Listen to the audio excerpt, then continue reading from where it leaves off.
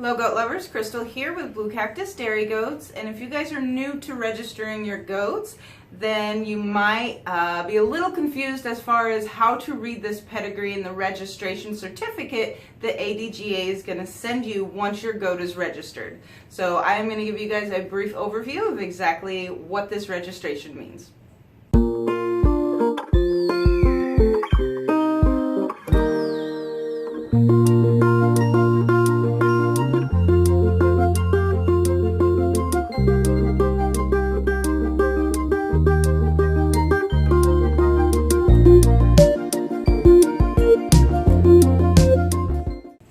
Okay, so I know it can be a little bit confusing trying to make sense of the certificate of registry when you first register your goats. But for starters, you're going to get this piece of paper back. So when you purchase a goat, you are going to send in either your application that the seller gave you, or they are going to give you this registration because the goat was already registered, and they'll have it signed in your name down here. You send it into ADGA, and then they're going to send it back to you with your name on it. So that's starters. And now we're just going to go over exactly what everything means on it. Just a quick run through to give you guys a better idea of the basics of this important piece of paper. Okay, so when you get this registration, clearly this is going to be the name of the goat that you just got registered into your name. Name of the goat. If they have any titles, it's going to be underneath their name, and then their registration ID is going to be right next to it. So this is the number that is associated with that goat. Right here in this area is going to be their pedigree. So it's going to be their parents and then the grandparents, and then right here below is going to be their information. So it has their description. This Merle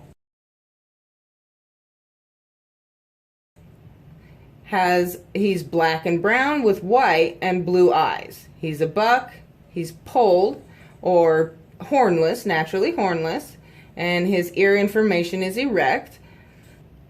So this is going to be his date of birth. That's his tattoo. And who he was bred by. So he was bred by me and my family, and then he's also owned by me and my family. So this is all the information about Merle. Now we have his sire. So sires are always going to be listed first before the dam. Now a sire is a dad and a dam is a mother. So his sire was Lucky. He has, his sire's sire is going to be his dad's dad, so that's his grandpa on his dad's side, and that was Lenny, which was line dance.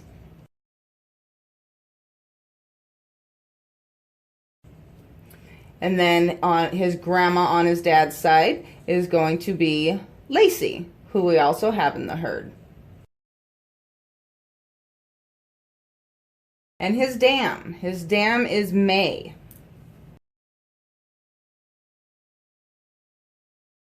The dam's sire, so his grandpa on his mom's side is Nomeo. His grandma on his mom's side is Obi. So again, how I mentioned previously, if they have any titles, it's going to be listed under their name. So these are any titles, if they've been appraised, anything like that is going to go directly under the name. So Merle is a star B buck. He earned that through his parents. Now his dam is a star dam. You see she's a 2-star M. That means she earned her milk star. And his sire's dam also has a milk star. You see she's a 4-star M. So because his grandma on his sire's side as well as his mom both had their stars, he is automatically a star B buck. So speaking of the stars, now a star, when you see the numbers in front of them, it just means how many consecutive parents in a row got their milk stars. So if you see this one, this is Obi. She earned her milk star, but her mom before her, or her dam, did not have her milk star. So Obi is a 1. Now because May's mom had a 1 milk star, May then earned her star and became a 2. Now May's daughters, if they earn their milk stars, they have the potential to be a 3, and so forth. So when you're looking at Lacey, she's a 4M. That means her dam, her great dam, and her great great dam all earn their stars. Now if that breaks anywhere in the chain, then it will start back over with a 1. So here under Obi, you can see the GCH. Now the CH means she has earned her permanent championship in the show ring. When you see the G in front of it, when it's GCH, that means that she has her milk star. So if they earn their milk star and they earn their championship in the ring, it's going to be GCH. If Obi didn't have her milk star, then she would have just been CH. And then, you know, continue on with the name. So this is saying here, AR is Advanced Registry.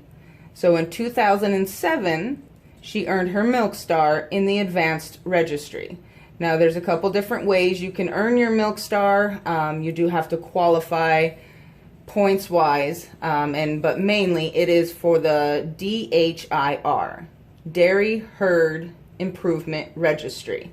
So it is like the 305-day milk test where they get tested, you weigh their milk every day. And then there's a whole year or the 305 days or less, depending on that record of milk and production. So that's what the AR is for. She was on the 305-day milk test through DHIR. Now it shows here also ST, that is a star. So say she didn't earn this in 2007, she would have also earned her star. She would have had that designation in 2016. And I know this because I know this goat. She was mine at one point. She has 3 daughters who also earned their milk stars. So that would have automatically made her a star M milk, or milk dough. Now here you see the LA 2008 and 2007. That simply means she was linear appraised in 2007 and 2008, and you can look up those records as well. So that is just the breakdown, as simple as it can be, as far as what this particular registration means. And if you see those stars and you see those, you know, the LA and the AR and the ST, what does it mean? So that was literally just a breakdown of it. So if you're going to sell your goat, what do you need to do with this registration? I'll show you that. So when you have a buyer and you're transferring your goat, you already have here on the registration, the certificate of registration, you already have the certificate of transfer here at the bottom. So there's no extra form or slip that you need to fill out. So what you need to do is just I have on. So you're going to put the date here that you sold your goat. And you sold this animal, and then obviously you're going to put the buyer here. If the buyer has an ADGA registration ID, then that's where you're going to put that. The buyer's address, and then your information is already filled in right here. And then you just need to make sure that you put your signature. And that's all you need to do to, as far as giving your paper to the seller or to the buyer. Alright guys, so I know it's a lot to cover, and again, this was simply the basics, but I hope it helped you at least understand the certificate of registry a little better, and a little bit about pedigrees and what those stars mean. So I appreciate you guys watching. Thank you so much. Have a great day.